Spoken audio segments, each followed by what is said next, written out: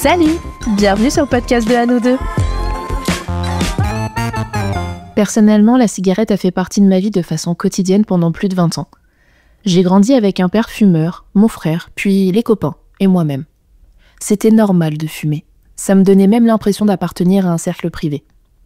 Mais il y a quelques années, j'ai pris conscience que la clope consume. Aujourd'hui, je suis une fumeuse festive, et je ne suis pas une grosse fêtarde.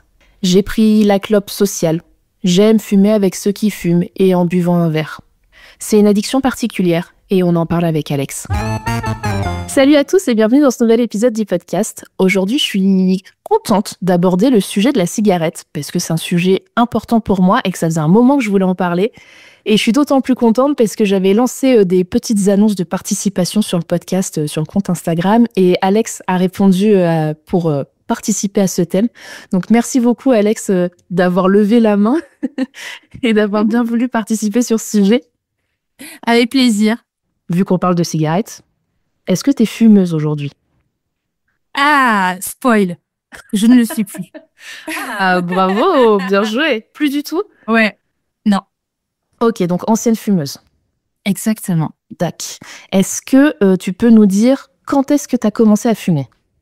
Alors, j'ai commencé à fumer, certains diront très jeune. Je pense, fumé ma première cigarette à l'âge de 12 ans. Et ouais, je pense que c'est à peu près ça. Et je pense que c'est devenu une habitude assez rapidement. Et donc voilà, j'ai fumé depuis l'âge de 12 ans. J'ai arrêté de fumer pendant ma grossesse parce que je le voulais et mon corps me l'a aussi dit de manière très très forte, comme quoi c'est très bien fait. Ouais. J'étais extrêmement nauséeuse par l'odeur de la fumée, voilà. Ouais, comme quoi, alors que ça faisait partie de ton quotidien, quoi. Exactement, et que je me disais que ça allait être très très difficile pour moi d'arrêter, bien que pendant une grossesse, on a une volonté qui est différente parce qu'on le fait pour soi, mais on le fait évidemment aussi pour le bébé qui grandit à l'intérieur de nous-mêmes. Bien sûr. Donc voilà, c'est un peu différent. Mais voilà, mon corps a rejeté la nicotine et j'avais un super pouvoir, un odorat extrêmement développé. C'est-à-dire que je sentais mon mec fumer quand il était dehors et que j'étais à l'intérieur. Waouh. Et que ça me mettait des nausées. Donc voilà, l'odeur... Encore mieux qu'un chien truffier, quoi. Ah ouais. Incroyable. Et donc, du coup, ce qui a été chouette, entre guillemets, c'est que l'envie ne m'est pas revenue pendant tout le long de la grossesse. Par contre, elle m'est revenue peu après l'accouchement. Il s'avère que j'ai accouché au printemps et que dès que l'été revient, évidemment qu'il y a les petites festivités qui vont avec, les apéros, les barbecues, etc. Et évidemment, voilà... Les apéros amènent addiction. Donc, j'ai tenu jusqu'à... Je crois que ma fille avait 18 mois. Non, même plus. 2 ans... Attends. 2 ans et demi, je crois. Ouais, c'est pas mal quand même. Donc, plus on va dire, les 9 mois de grossesse, à peu près. Voilà. Donc, j'ai fait cet arrêt-là. Et puis, j'ai repris. Mon Dieu. T'es retombée dedans, quoi. Ouais, je suis retombée dedans. Alors, pour l'histoire, donc, j'espère que je peux parler de ça. Tu diras si c'est tabou ou pas, mais il s'avère qu'ils ont mis du CBD à la vente de manière légale, et que moi aussi, je fumais de l'herbe avant la grossesse, mais que je n'avais plus envie de reprendre cette substance. Ouais. Mais par contre, le CBD m'a amené en fait une alternative à ça, et qu'en fait mon chéri a commencé à en fumer et ça m'a donné envie en fait, et je crois que c'est ça qui m'a fait replonger, et j'ai replongé petit à petit, tu vois, genre je me disais je fume, allez, un petit le soir, voilà, et puis le petit le soir après manger, et puis après il y a eu le petit avant manger et après manger, et puis après c'est arrivé que finalement ça a été toute la journée. Et c'est revenu très, très vite. Très, très, très vite. De toute façon, je crois que c'est vraiment... de toute façon, c'est une addiction. Mais elle est fourbe et agressive, je trouve, cette addiction, parce que elle revient extrêmement vite, alors que tu mets des mois, voire des années, voire une vie entière à t'en débarrasser, quoi. Moi, aujourd'hui, Bah, c'est ce que je disais dans l'introduction du podcast. J'ai vraiment la clope festive. Et je suis pas une grosse fêtarde. Donc, je fume vraiment de façon occasionnelle. Alors que dans le passé, je fumais quotidiennement. Je fumais plusieurs cigarettes par jour. Donc, aujourd'hui, j'ai la clope, voilà, j'appelle ça la clope festive, quoi, en mode, bon, bah, on va boire un verre, je fume une clope. Et en plus, je fume que s'il y a des fumeurs. Parce que sinon, ça va, j'ai pas envie. Donc, j'ai vraiment ce truc social festif, tu vois. Mais Vraiment, moi, j'en serais, je pense, incapable. ouais, il y a beaucoup de gens qui me disent ça. Mais du coup, c'est cool parce que j'ai l'impression d'avoir trouvé un bon entre-deux, je mets des guillemets, parce que dans tous les cas, fumer, c'est pas bon pour la santé, hein. Mais je le mets dans un cadre vraiment particulier, en mode, bon, bah là, je me fais plaisir. J'ouvre les vannes et je me fais plaisir, quoi. Oui, comme quand tu passes une soirée, que tu bois un peu d'alcool, c'est pas pour ça que tu bois tous les jours. Exactement. Pas, quoi. Voilà, c'est exactement ça. Donc vraiment, je l'ai mis dans ce cadre-là. Mais par contre, là où je voulais en venir, c'est que c'est tenace, dans le sens où c'est une soirée à l'extérieur, en terrasse, en train de boire un verre, avec des gens qui fument autour de moi, je suis obligée de fumer. J'arrive pas à tenir, quoi, tu vois. Et je pense, alors je sais pas où tu en es dans ton arrêt de la clope, si c'est récent ou pas, tu nous en parleras si t'en as envie. On va en parler. Ouais. Super. Mais je pense que par contre, quand tu arrêtes vraiment, ça doit être très dur de continuer à côtoyer des personnes qui fument. Je sais pas si ça donne envie ou si ça dégoûte ou quoi, mais ça doit pas être simple, tu vois. Moi, j'ai mon copain qui fume, lui, au quotidien aujourd'hui. Et c'est vrai que, genre, parfois, bah, il vient me voir, il me fait un bisou et je suis en mode, ah, mais purée, tu viens de fumer, quoi. Ouais. Alors que pourtant, je suis aussi fumeuse et tout, mais pourtant, tu vois, il y a encore ce dégoût. Donc, j'imagine que quand tu fumes, et quand tu fumes en soirée, et qu'une personne vient te taper la bise et qu'elle vient de fumer, tu le sens plus finalement. Enfin, ça te dégoûte vachement moins. Ouais. Ah, carrément, bah, t'es dedans en fait. Et ouais, c'est ça, ouais. C'est aussi en ça que c'est traître, cette addiction. Cette addiction de la clope.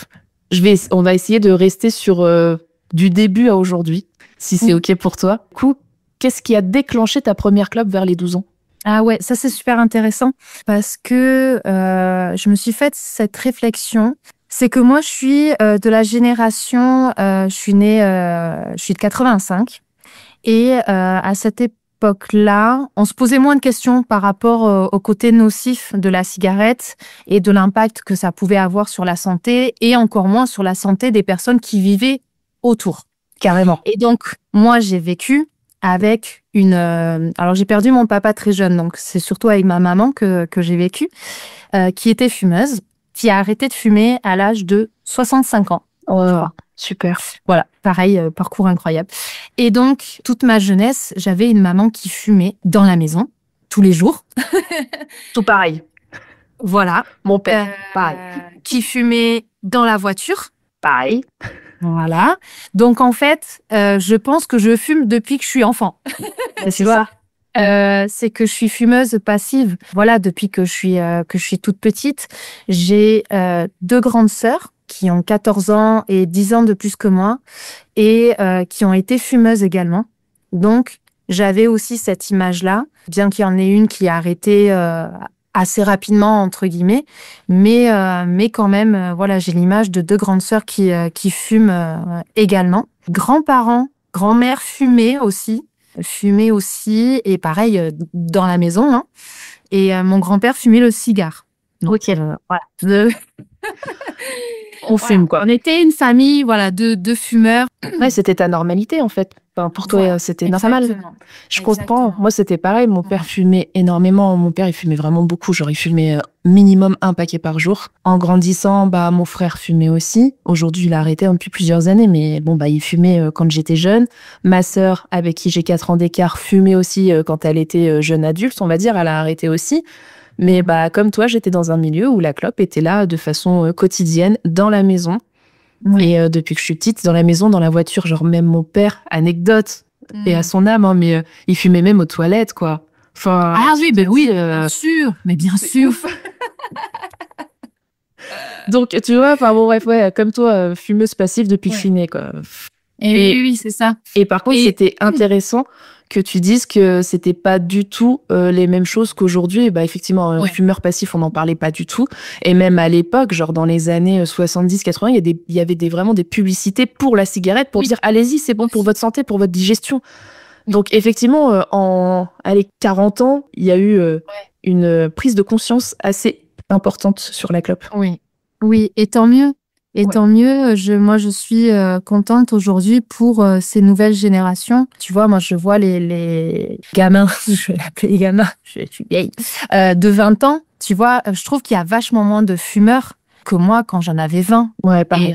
Et je trouve ça génial. Je trouve ça super que aujourd'hui ce soit plus une obligation sociale ou que ce soit, tu vois, c'est limite t'es fumeur, tu fais chier entre guillemets, ça pue, t'es obligé de sortir, tu vois. Et c'est limite antisocial maintenant de fumer, tu vois. C'est tu déranges la plupart des gens finalement. Exactement. En étant fumeur.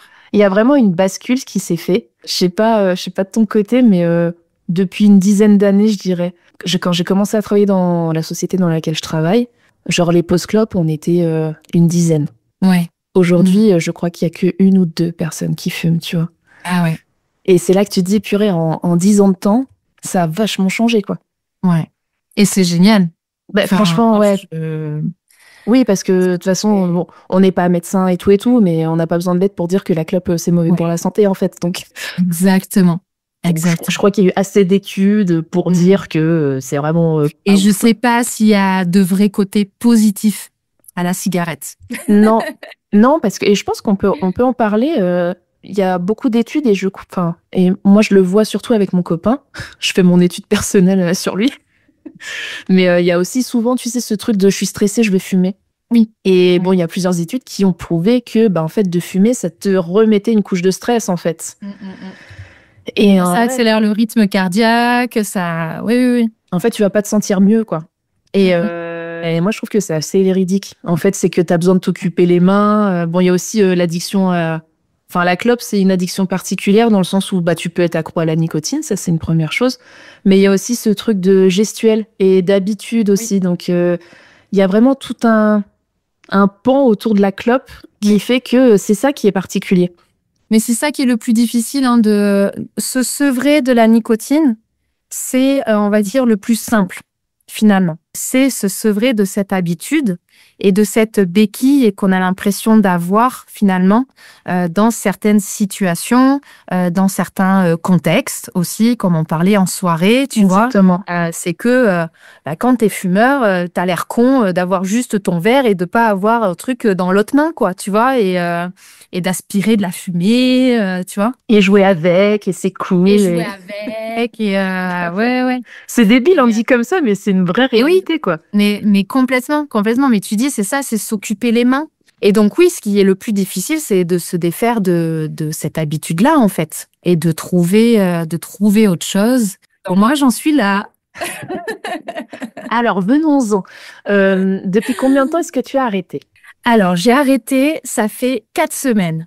Putain, génial.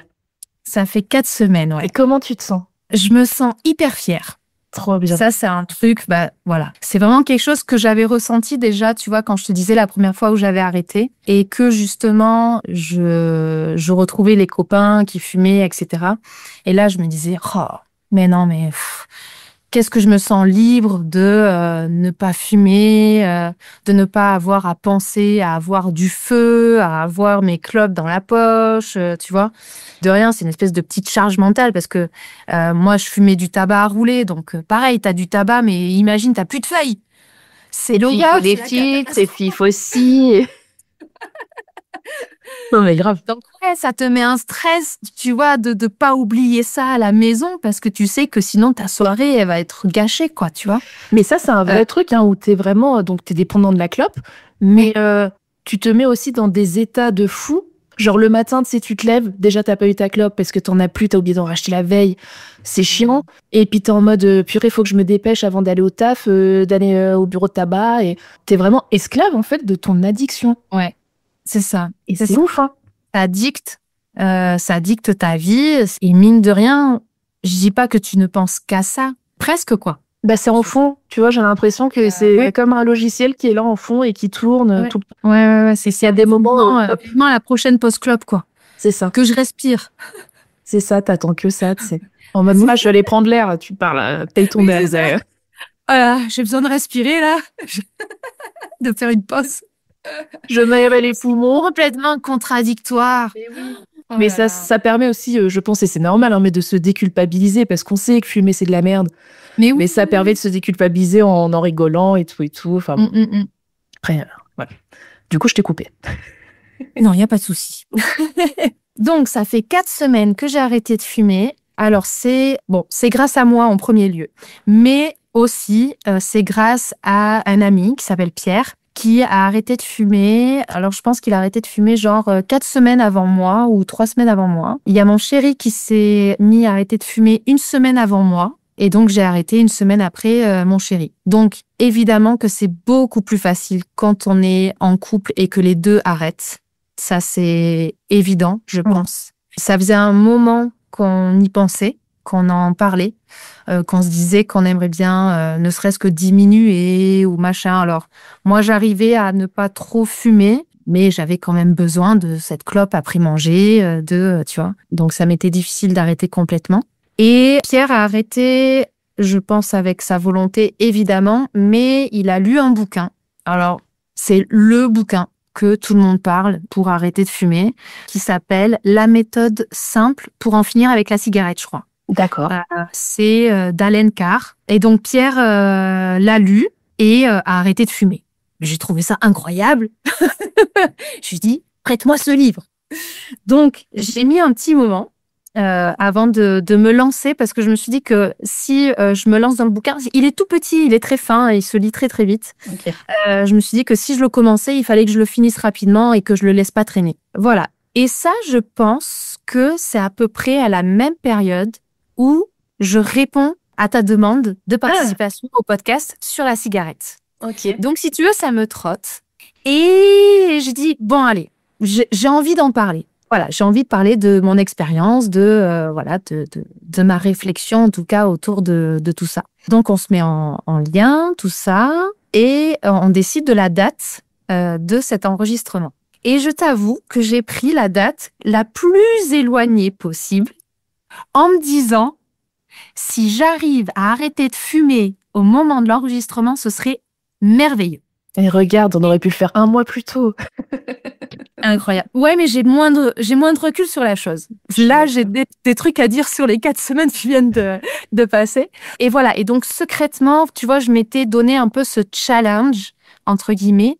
Et en même temps, je me disais, si j'y arrive pas, c'est pas grave. J'aurai des choses à dire quand même sur ma relation à la cigarette. Et pour dire, je ne l'ai dit à personne.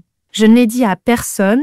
Les premières qui ont été informées, c'est mon chéri et un copain qui étaient là lundi dernier. Ok. Et ça fait un moment qu'on avait calé cette date-là. Et carrément, oui. Tu vois. Donc, tu vois, je l'ai dit 4 jours avant. Qui est trop bien. Bah, je suis contente de participer à cet arrêt de cigarette. Eh ben, écoute, merci à toi. Quand tu vois, cool. Les choses, elles arrivent pas... les planètes s'alignent. Voilà, les choses s'alignent. Et pour finir également, tu vois, ce début d'année a été compliqué pour moi au niveau personnel, pour beaucoup de choses. Voilà, ça remue beaucoup en moi. Il y a beaucoup de remises en question, etc. Donc, c'est une période qui est pas facile. J'arrive à m'en sortir là aujourd'hui. Mais au moment où j'arrête, il y a 4 semaines, je suis pas au top de ma forme. Et je me suis posé la question, mais pourquoi je m'inflige ça en plus ? Tu vois, est-ce que c'est le bon moment d'arrêter ? Et j'ai envie de dire, s'il y en a certains qui se posent la question, est-ce que c'est le bon moment ? Il n'y a jamais de bon moment, il n'y a jamais de mauvais moment en fait. C'est quand on le sent. Et même si on est en période de stress, même si on est en période d'examen, même si on est en période, je dis n'importe quoi, de grosses remises en question et de machin, mais qu'on se le sent, il faut le faire. Il faut se lancer. Et j'ai envie de dire, même, tu vois, c'est arrivé finalement au meilleur moment de ma vie, dans le sens où au moins, je suis fière de ça. J'ai une estime de moi-même qui est un peu basse en ce moment. Et finalement, il y a ça qui vient me dire que, au moins, tu fais un truc cool. Tu vois ce que tu sais faire? Voilà. Exact. Tu vois?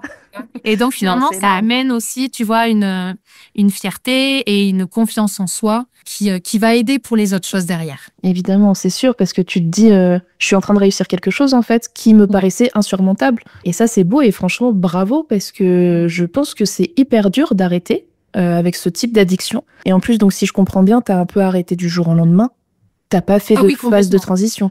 Non, non. Ok. Parce que ça aussi, il y a des personnes qui font, qui préfèrent faire en douceur, de réduire petit à petit. J'enlève une clope pendant 15 jours, j'enlève une première clope, et puis les 15 jours suivants, enfin bon, voilà. Chacun fait à sa sauce, en fait. Et je pense qu'il y a ça aussi qui est important. Il y en a qui vont, enfin, faut s'écouter et faut faire, comme on le sent, en fait. Il y en a qui vont se dire, non, je crois que pour moi, il vaut mieux que j'arrête du jour au lendemain.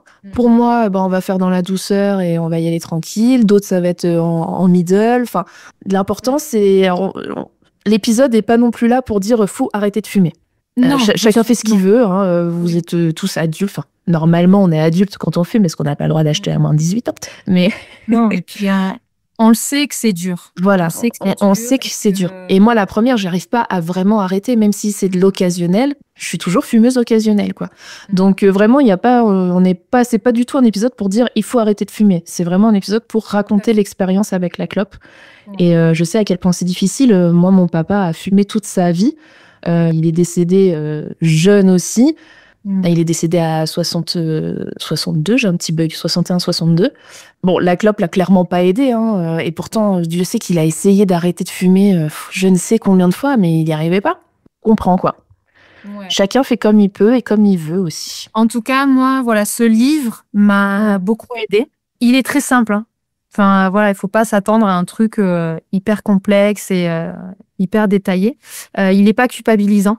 Ça, c'est chouette aussi. Ouais, c'est bien. Et voilà, il y a des choses très concrètes. Pareil, ce que je trouve rigolo, entre guillemets, dans ce livre, il dit bien que il ne faut pas arrêter avant d'avoir fini le livre. En gros, c'est que tu lis un bouquin sur l'arrêt de la clope tout en fumant des clopes.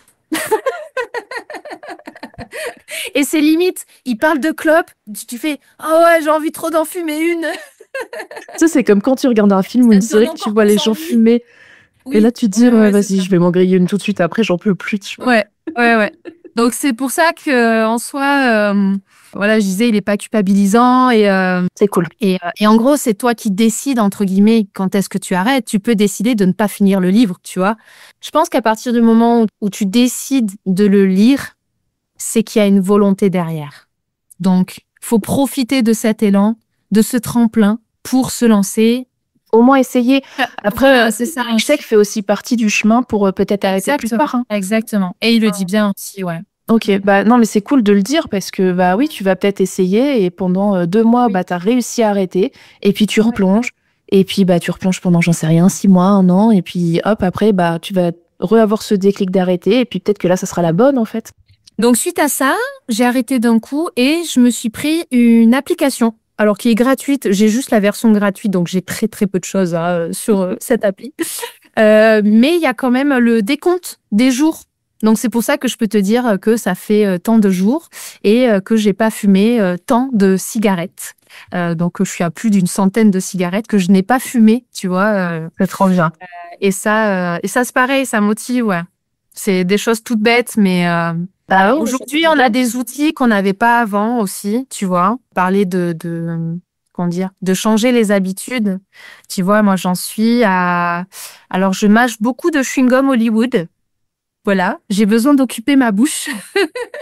Donc, je dis pas que c'est la meilleure des choses non plus, mais je me dis que ça sera moins pire que du goudron. Voilà. Et j'ai également, tu vois, on parle de cette cigarette festive. Moi, pour ce genre de moment, j'ai une vapote où je mets du e-liquide où il n'y a pas de nicotine. Surtout pas, parce que sinon, ça me ferait replonger. Mais en tout cas, voilà, j'ai ce truc-là de aspirer un truc, de cracher de la fumée et de te la péter en société avec ta fumée. Je vois très bien. Mais il y a aussi un autre truc, tu sais, là, on parlait de l'application en disant, bon, là, ça va te dire tes jours, ça va te dire le nombre d'années de vie que tu gagnes et tout.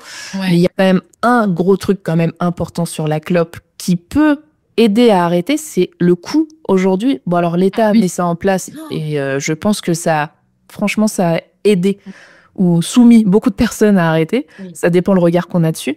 Mais un paquet de clopes aujourd'hui, ça coûte cher. Les gars, Franchement, c'est hallucinant. très cher. Donc ça aussi, c'est quelque chose qui, je pense, voilà, encore une fois, motive ou pas, mais soumet aussi les personnes à arrêter. Parce que je crois que le paquet est à 13 balles aujourd'hui, 12 ou 13 euros, quoi. C'est énorme. Ouais, moi j'en étais à 20 balles si j'achetais les feuilles. Les roulés, tu vois. Ouais, mais... Donc oui, c'est clair que c'est une motivation au niveau économie. Et aussi, moi, j'avais une motivation de me dire, c'est de l'argent que je donne plus à l'État, quoi. Bon, ça, c'est notre motivation. Au passage. Ça peut être pas mal de voir ça de ce point de vue-là. Carrément. Du coup, on a abordé le sujet de ton arrêt de clope. Et je me posais une question qui est une double question.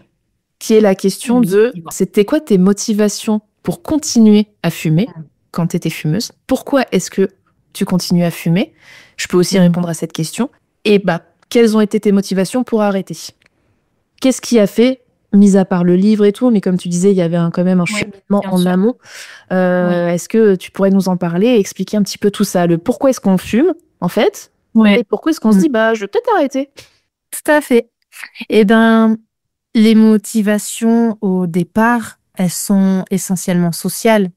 C'est-à-dire que j'ai commencé à fumer avec des personnes qui étaient un peu plus âgées que moi, déjà, et que tu as envie de t'intégrer à ce groupe. Je me souviens très bien que c'était dans un centre de vacances et qu'en effet, pour pouvoir traîner avec ces personnes-là, je devais un peu faire comme elles, tu vois. C'était essentiellement des filles. Donc voilà, il y a ça. Et puis après, collège, lycée, c'est évidemment appartenir à ce groupe cool, tu vois, qui fume. Et puis après, tu vois, quand j'ai arrêté avec la grossesse et que j'ai repris derrière, là, ça a été une motivation un peu haute, c'est-à-dire, déjà, c'était pour fumer du CBD, donc il y avait retrouver un petit peu les sensations ou, tu vois, des goûts similaires à l'herbe. Et aussi retrouver cette impression de, comme on disait, tu vois, je sais pas si ça se dit, de soupape, ou en tout cas, en étant jeune maman. Voilà, pour décompresser. Étant jeune maman, voilà, t'es soumis à des moments de craquage, des moments où t'as envie de souffler, de te retrouver 5 minutes toute seule. Et en effet, c'était ce besoin-là, tu vois, d'aller sur le balcon et de prendre 5-10 minutes pour fumer, quoi. C'était 5-10 minutes pour toi aussi. Ouais, c'est ça. Et pour avoir l'impression de respirer, tu vois, c'est ce que je disais, c'est que des fois, quand on a envie d'une clope, c'est que, en fait, on est dans un état de stress, d'anxiété, de machin, qu'on a envie de retrouver son calme et de finalement de faire cette respiration-là tu vois, de gonfler tes poumons et de tout recracher. Voilà. Sauf que là, tu le fais avec de la nicotine et avec toutes les substances toxiques qu'il y a dans les cigarettes, quoi. C'est ça. Ouais, c'est vraiment le besoin d'avoir une pause mentale, en fait. C'est le prétexte de se dire, faut que je fasse quelque chose pendant cette pause. Donc, je vais fumer, quoi. Ça. C'est un peu ça, en fait. On nous a pas appris à décompresser ou voilà, juste rien faire, ou ne serait-ce que, tu vois, de se poser et de prendre 3 grandes inspirations, tu vois, et de faire tu vois, et de souffler et de souffler justement toute ton anxiété, toute ton énergie négative, tu vois, dont tu as besoin de te relâcher à ce moment-là, en fait. Ouais, c'est vrai. Parce que finalement, la clope, va pas te permettre de mieux respirer et de te calmer, comme on disait tout à l'heure, finalement. Tu vois? Tu vas avoir cette impression-là, mais finalement, la situation sera la même. Et donc après, les motivations qui m'ont donné envie d'arrêter, alors, il y a ma fille, qui a été une grande, grande source de motivation. Elle a quel âge aujourd'hui, si tu veux bien le dire? Bien sûr, elle a 7 ans. Donc, elle se rend compte. Exactement. Et elle est tout à fait capable de te dire, maman, la cigarette, c'est pas bien. C'est pas bien de fumer. Voilà. Et donc oui, quand ta fille de 7 ans te dit ça et que tu lui dis, oui, je sais, ma fille, je sais, c'est pas bien de fumer. Tu fumeras pas quand tu seras plus grande, hein. Mais moi, je continue de fumer. Je te le dis en fumant une clope, ok? Aïe, aïe, aïe. C'est horrible, tu vois. Et c'est dur, cette culpabilité-là. Et je compatis avec ces personnes qui vivent ça aujourd'hui, tu vois, et qui sont dans cette contradiction voilà, de se dire que c'est pas bien de fumer, mais j'y arrive pas, quoi. Et que c'est dur. Donc oui, aujourd'hui, j'ai la fierté de dire que j'ai arrêté grâce, en effet, à cette petite fille qui me regardait droit dans les yeux en me disant que c'était pas bien. Et je le fais pour moi, évidemment. Je le fais pour moi, cette envie de ne pas réduire mon espérance de vie, quoi. Parce que j'ai envie de vivre le plus longtemps possible et que la cigarette, ben, on le sait, ça réduit ton espérance de vie, quoi. Voilà. Et en 4 semaines, est-ce que tu sens déjà des effets? Alors que ça soit négatif ou positif, hein, parce que c'est pas facile d'arrêter. Oui. Mais est-ce que sur du positif, tu sens des améliorations, je sais pas, côté respiratoire, côté santé de la peau aussi, hein, parce que de fumer, clairement, ça te bouche aussi les pores de la peau et souvent la peau est moins belle, je mets des guillemets, mais bon voilà, ça vieillit aussi la peau, tes cheveux ils sentent mauvais, enfin bon, il y a plein de choses en fait, hein. Oui, oui, bien sûr. Bah, les effets immédiats, entre guillemets, c'est évidemment l'odeur que tu portes, en fait. Et qu'en effet, après avoir fumé, aller faire un bisou à ma fille, tu vois, je le sentais même moi-même, tu vois, que bon, elle devait se dire, oh, elle pue, maman. Maman, tu pues là. Donc, ah ouais, maman, tu pues la clope. Ouais, ça c'est un effet immédiat en fait voilà, d'avoir cette liberté entre guillemets, de me dire ben je peux aller faire un bisou à ma fille dès que j'en ai envie et à mon chéri aussi, et puis aux personnes qui sont non fumeuses aussi, tu vois, j'avais une espèce de culpabilité en étant fumeuse, tu vois, de faire la bise. Ne serait-ce que ça, à des personnes qui ne fument pas, et de me dire, oh, ils doivent sentir, tu vois, le tabac froid qui est sur moi, machin. Donc ça, c'est clair que c'est un effet immédiat, quoi. Voilà. Et l'odeur sur les doigts, l'haleine, et voilà, et sur tes vêtements. Ensuite, après, je suis pas une fille qui regarde trop sa peau et qui fait attention à tout ça. Donc, je peux pas te dire. Il faudrait dire ça à mon chéri. Est-ce qu'il voit un éclat nouveau, peut-être. Mais sûrement que voilà, ça a un effet. Après, tu ressens quelque chose? alors moi, j'ai l'impression que j'avais déjà un bon odorat, même quand j'étais fumeuse, en fait. Bon, peut-être que c'est un peu prétentieux de ma part, j'en sais rien, mais en tout cas, j'ai pas senti de différence par rapport à ça, par rapport à l'odorat et le goût, qui sont évidemment liés. Mais je crois que mon chéri, oui, il a ce truc-là. Donc oui, après 4 semaines, 5 semaines, on peut déjà avoir bien sûr. genre de retour, peut-être. C'est pour ça que je te pose la question, parce que c'est nouveau le fait que tu as arrêté de fumer, mais c'est aussi pour dire que en fait, en peu de temps, on redécouvre déjà des sensations que la clope avait mis sous le tapis fortement, quoi. Donc je trouve ça cool aussi, tu vois, que tu puisses en parler et d'avoir un retour d'expérience frais pour des personnes qui, bah, peut-être ça va les motiver aussi. Alors c'est peut-être des trucs bateaux, hein, qu'on dit, mais effectivement, ça relève aussi de choses très simples où bah oui, tu vas aller faire un bisou à ta fille quand t'as envie et sans qu'elle te fasse de remarques que tu pues la clope, quoi.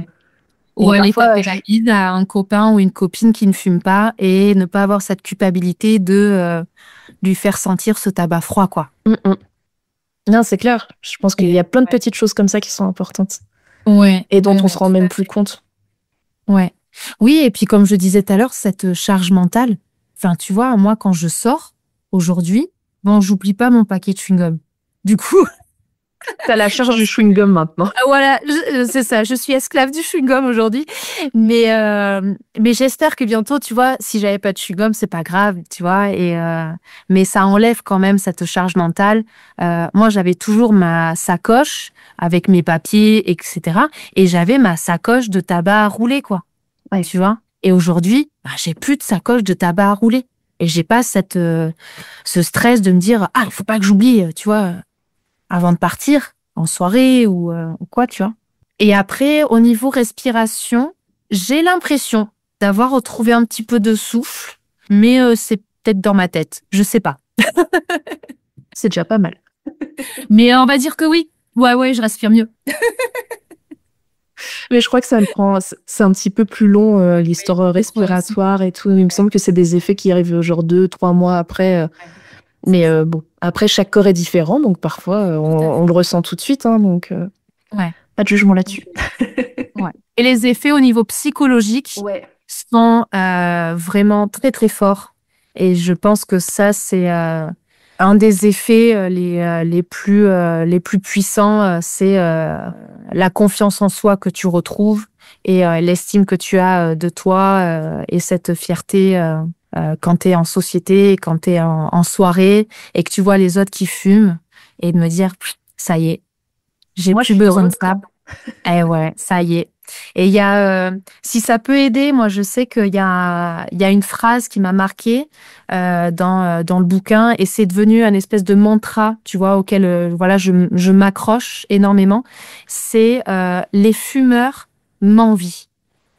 Tous les fumeurs, je pense, on va dire 90% des fumeurs rêvent d'arrêter. Et aujourd'hui, ces personnes-là m'envient aujourd'hui d'avoir arrêté de fumer. Alors, c'est peut-être un peu égoïste de ma part, mais en tout cas, ça m'aide énormément. En même temps, tu l'as fait pour toi. Hein. Ouais, c'est ça. Donc, c'est pas égoïste, c'est juste que tu l'as fait pour toi. Enfin, ouais. Donc, non, voilà. Franchement, c'est hyper beau et hyper bien que tu le dises. Et justement, quand tu croises des personnes en soirée qui, eux, fument, comment est-ce que toi, tu te sens? Est-ce que t'as pas trop envie? Est-ce que quand même ça t'attire et tu te dis, faut vite que je m'en aille parce que ça me tente trop? Comment ça se passe? Ouais. Alors, moi, j'ai essayé de me confronter assez rapidement à ces situations-là, un peu de je sais pas comment on peut dire, de titillement, voilà. C'est-à-dire que dès le premier jour où j'ai arrêté de fumer, le soir, j'ai bu une bière. Souvent, quand tu bois une bière, quand t'es fumeur, la clope, elle vient avec. Carrément. Et là, je me suis dit, vas-y, je me challenge direct. Le premier jour, en fin de journée, je me suis bu une bière. Et ça a été dur. Ça a été très, très dur. Mais je l'ai fait.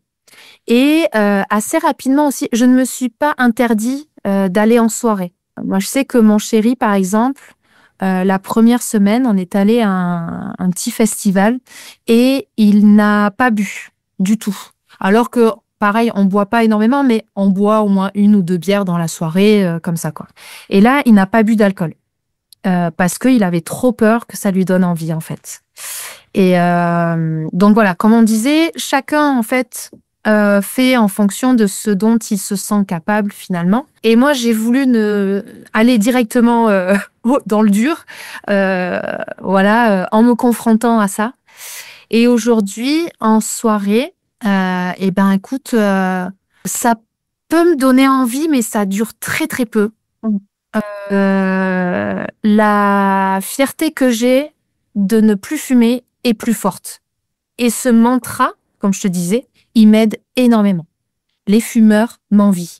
Et en gros, c'est presque, je me la pète à ne pas dégager de la fumée aussi, tu vois, en buvant ma bière et ne pas avoir besoin. Bon, comme je te dis, j'ai cette béquille encore un petit peu avec la vapote, mais je l'utilise très, très peu. Je tire deux petites lattes et après, je la laisse dans la poche. Je la sors peut-être 1 ou 2 fois. Tu vois, vraiment, voilà. Non, mais c'est bien, c'est un chouette parcours quand même que tu nous racontes et comme quoi, c'est possible. Et en plus, ce qui me fait d'autant plus halluciner, c'est que t'as arrêté du jour au lendemain et qu'en plus, tout de suite, tu t'es dit, je vais déjà me mettre dans toutes les situations où j'aurais bien envie. C'est ça. Et finalement, apparemment, c'est ce qui marche pour toi. Oui, c'est ça. Mais c'est vrai Comme que je disais, chacun est différent. Ouais. c'est ça, chacun fait à sa manière. Mais je pense aussi que ce qui peut être dur, c'est il y a beaucoup de personnes, je pense, qui ont la clope sociale et qui ont commencé à fumer pour être dans un groupe, pour être cool. Enfin voilà, comme on disait un petit peu tout à l'heure, ce qui est, je pense, franchement, le cas d'énormément de personnes. Et du coup, aussi, d'arrêter de fumer, tu peux te sentir un peu exclu du groupe. Si je donne un exemple, hein, mais dans ton groupe d'amis, tout le monde fume. Toi, t'arrêtes. T'arrives à arrêter, tu t'y tiens. Ouais. Bon, en soirée, tout le monde va aller sur le balcon pour s'en griller une, et puis toi, tu vas rester tout seul sur le canapé à attendre les autres, quoi. Ouais. Donc, c'est vrai qu'il y a aussi, enfin, mine de rien, il y a tous ces trucs sociaux, psychologiques, où on sait que potentiellement, on peut se retrouver seul, parce que si on n'a pas la force d'aller sur le balcon avec eux sans fumer, et puis d'entendre les réflexions, vas-y, prends-en une, c'est pas grave et tout. Enfin, parce qu'il y a ça aussi, hein, il y a la pression, hein, comme avec l'alcool. Hein. J'ai fait un épisode sur le rapport à l'alcool. Pour moi, c'est la même c'est la même pression qu'on peut te mettre en disant « Oh, mais c'est bon, là, tu t'en grilles une, allez, c'est bon, ça fait 6 mois que t'as arrêté, tu peux bien te le permettre. » Ouais. Non, en fait, parce qu'il y a trop le risque de me dire « déjà, désolée, mais je vais niquer mon challenge personnel, entre guillemets. » Et puis, j'ai le risque de retomber dedans. Enfin, tout le monde, effectivement, je me rends compte de la chance que j'ai d'arriver à fumer que de façon occasionnelle et de pas retomber dedans de façon quotidienne, parce que quand j'en parle aux gens, tout le monde me regarde avec des yeux en mode « Ah ouais ?» Genre, t'y arrives. Et j'ai une copine à force qui, elle, était vraiment fumeuse au quotidien. Elle a arrêté et elle me disait « Bon, je vais essayer de faire comme toi et de faire que la clope occasionnelle. » Et maintenant, elle y arrive. Donc, alors, quand on se voit toutes les deux, on se tape le paquet. Hein. Du coup. Et ouais, c'est ça. Parce que par contre, donc je sors pas énormément, mais quand je sors, on achète un paquet pour la soirée, quoi. Parce que bon. Oui, oui. Mais c'est vrai que je me rends compte qu'il n'y a pas beaucoup de personnes qui arrivent à avoir. Alors, je dis pas que c'est bien aussi. Hein. Moi, c'est vrai que je vis très bien avec ça parce que c'est tellement occasionnel. Ça m'arrive peut-être une fois par mois de fumer, quoi. Donc, pour moi, c'est vraiment très occasionnel, mais je me sens, entre guillemets, aussi chanceuse, tu vois, comme toi, de me dire, en fait, c'est moi qui choisis. Oui, c'est ça, t'es pas dépendante.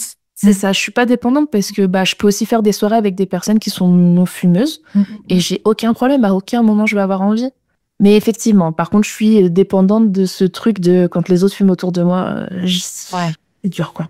C'est trop tentant. Ouais, c'est vraiment tentant. Et je serais curieuse de savoir, du coup, dans l'épisode, parce que je l'ai pas écouté, l'épisode sur l'alcool, du coup, en effet, quand t'es en soirée, que toi, tu n'as pas envie ou que tu ne bois pas d'alcool et qu'il y a les autres qui te disent « Allez, bois un verre », etc. Est-ce que vous en avez conclu quelque chose avec dans votre discussion ? En fait, pas forcément. Moi, j'en ai conclu qu'on te mettait, qu'en France, parce que bon, je parle de ce que je connais et j'ai vécu qu'en France. Il y a un truc avec l'alcool, tu vois. Genre vraiment, je trouve qu'il y a une pression sociale avec l'alcool. C'est que déjà, on va proposer de boire un pot ou de boire un verre d'alcool pour tout et pour rien. Il fait beau, vas-y, viens, on sort, on va se boire un verre. Et tu vois, c'est sous-entendu, on va boire un verre d'alcool.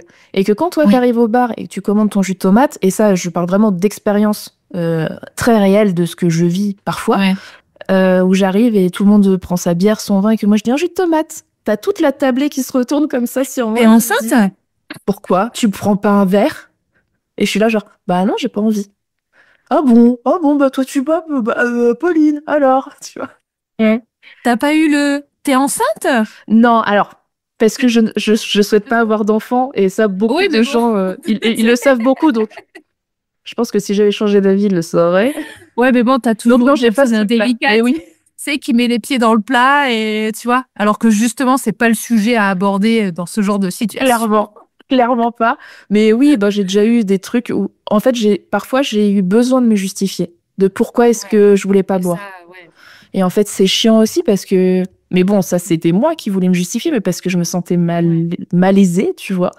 L'année dernière, j'ai eu une période compliquée. Du coup, j'avais un anxiolytique léger, mais anxiolytique quand même. Donc, du coup, j'étais en mode, je veux pas boire d'alcool avec. Et on a fait quand même quelques soirées avec des amis. Et tu vois, tout de suite, je me justifie en disant, non, je prends pas d'alcool parce que là, j'ai un traitement anxiolytique, tu vois. Et j'osais pas enfin, tu vois, j'étais en mode, putain, il faut que je me justifie. Et pour la clope, quelle excuse est-ce qu'on peut avoir? Quelle excuse? Il y a pas, enfin, la plus grande des excuses, c'est de dire, j'ai pas envie de fumer, quoi. j'ai pas envie de m'intoxiquer. Et après, je me pose la question de vraiment si t'es confronté, enfin si j'étais confrontée constamment par les mêmes personnes à des soirées, je me poserais la question de est-ce que j'ai vraiment envie d'aller à ce genre de soirée, tu vois, avec ce genre de personnes. Tu vois, je mettrais de côté si la volonté elle est un peu friable et un peu fragile. Je pense qu'au début, il vaut mieux se protéger de ça quand même, tu vois. Je suis d'accord. Mais c'est Moi, pour j'ai ça la aussi chance de pas avoir ce genre de personnes. Hein, au contraire, tu vois, c'est. Alors, soit les gens ils disent rien parce qu'ils sont fumeurs et qu'ils culpabilisent et qu'ils font ah c'est bien, tu vois. Et je leur en veux pas du tout. Enfin, tu vois, c'est normal qu'ils aient bien ce sûr. comportement-là, tu vois. Et même limite, je le dis pas en fait. Tu vois, j'ai même pas le besoin de dire ah j'ai arrêté de fumer, tu vois. Ah j'ai passé la soirée, je vais pas fumer. Non, j'ai pas envie de, tu vois, de me la péter avec ça. Par contre, oui, si on me dit ah tu fumes pas, il fait bah non, j'ai arrêté de fumer. Ah bon, donc t'as cela, t'as ce ah ouais trop chouette, trop cool, j'aimerais trop machin. Et puis t'entames une discussion. Mais j'ai jamais eu ce truc-là de tiens, vas-y, prends-en une, quoi. C'est bon. Non. Je pense qu'il y en a qui le font. Enfin, j'y ai déjà été confrontée et il y en a qui le font. Et Ouais. c'est aussi un des trucs où, parfois, suivant ton cercle social, familial et tout, que tu peux avoir, ça peut être quelque chose qui peut te rebuter aussi à arrêter. Enfin, tu vois, c'est ce que je disais tout à l'heure, où en fait, tu sors du cercle, quoi. Mais comme tu dis, je pense aussi que je préférais ne pas appartenir à ce cercle parce que, ou en tout cas, De manière temporaire. voilà, c'est ça, arrêter un petit moment, Ouais. le temps de toi aussi t'apaiser et te régulariser dans cet arrêt de cigarette pour te sentir mieux et plus à l'aise avec ça, parce qu'en fait, c'est un changement de vie aussi que d'arrêter de fumer. Enfin, on disait, hein, tu changes tes habitudes, et ça a la vie très dure, en plus du manque de nicotine.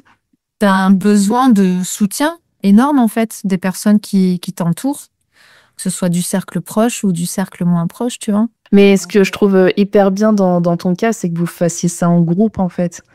Ouais. Vous êtes plusieurs dans ton entourage très proche, de ce que je comprends, à arrêter ensemble à des périodes vraiment rapprochées. Donc c'est chouette. Et tu vois, ça en motive peut-être un autre.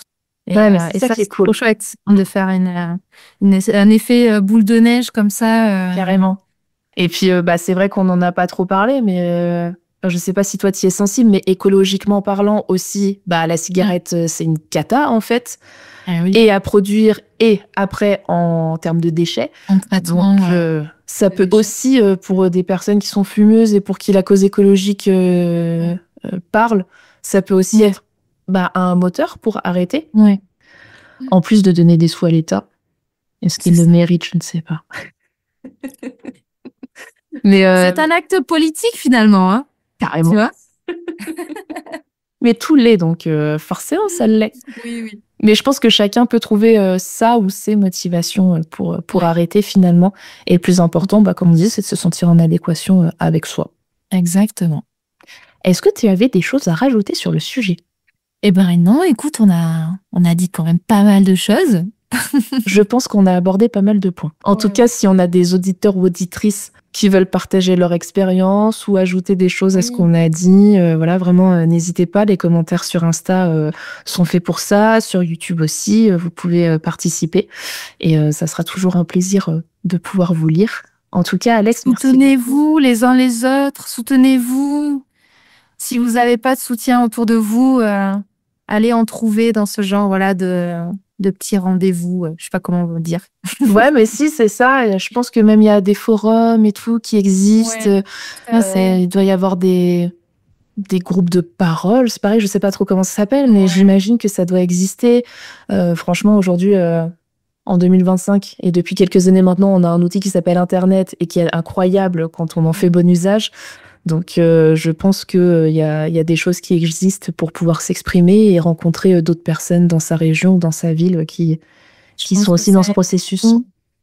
Et puis, on l'a pas dit parce que moi, j'en ai pas fait appel, j'en ai pas ressenti le besoin, mais je pense que si on a besoin de se faire aider, évidemment, n'hésitez pas, en fait. Carrément. C'est pas une faiblesse, au contraire. Au contraire, c'est une force énorme de demander de l'aide à des organismes, à justement des personnes qui sont expertes de cette addiction et qui vont pouvoir donner des outils et un accompagnement peut-être personnalisé, etc., quoi. Oui, tout à fait. C'est vrai qu'on n'en a pas parlé. Vous, ce qui a déclenché, c'est la lecture d'un livre spécifique là-dessus. Mais il y a plein de choses qui peuvent exister. Bah, déjà, avoir un suivi psychologique, ça peut aider à avoir des déclics. Il peut y avoir de l'hypnose aussi. Apparemment, ça marche bien. L'acupuncture aussi, il y a des bons résultats. Après, il peut y avoir aussi des pastilles qui existent. Enfin bon, il y a énormément de choses aujourd'hui qui sont mise à disposition, entre guillemets, pour aider les personnes à arrêter de fumer. Donc, si vous en avez envie, vous pouvez vous renseigner. Et déjà, en parler à votre médecin traitant, ça peut être déjà un premier pas. Déjà, ouais. Si vous savez pas par où commencer et où aller, ça peut déjà être sympa d'en discuter avec lui ou avec elle. Merci beaucoup, Alex. Avec grand plaisir. Merci d'avoir partagé ce moment avec nous. Si cet épisode vous a plu, n'hésitez pas à en parler autour de vous et sur les réseaux sociaux. Et pour rappel, le podcast à nous deux, c'est un mardi sur 2.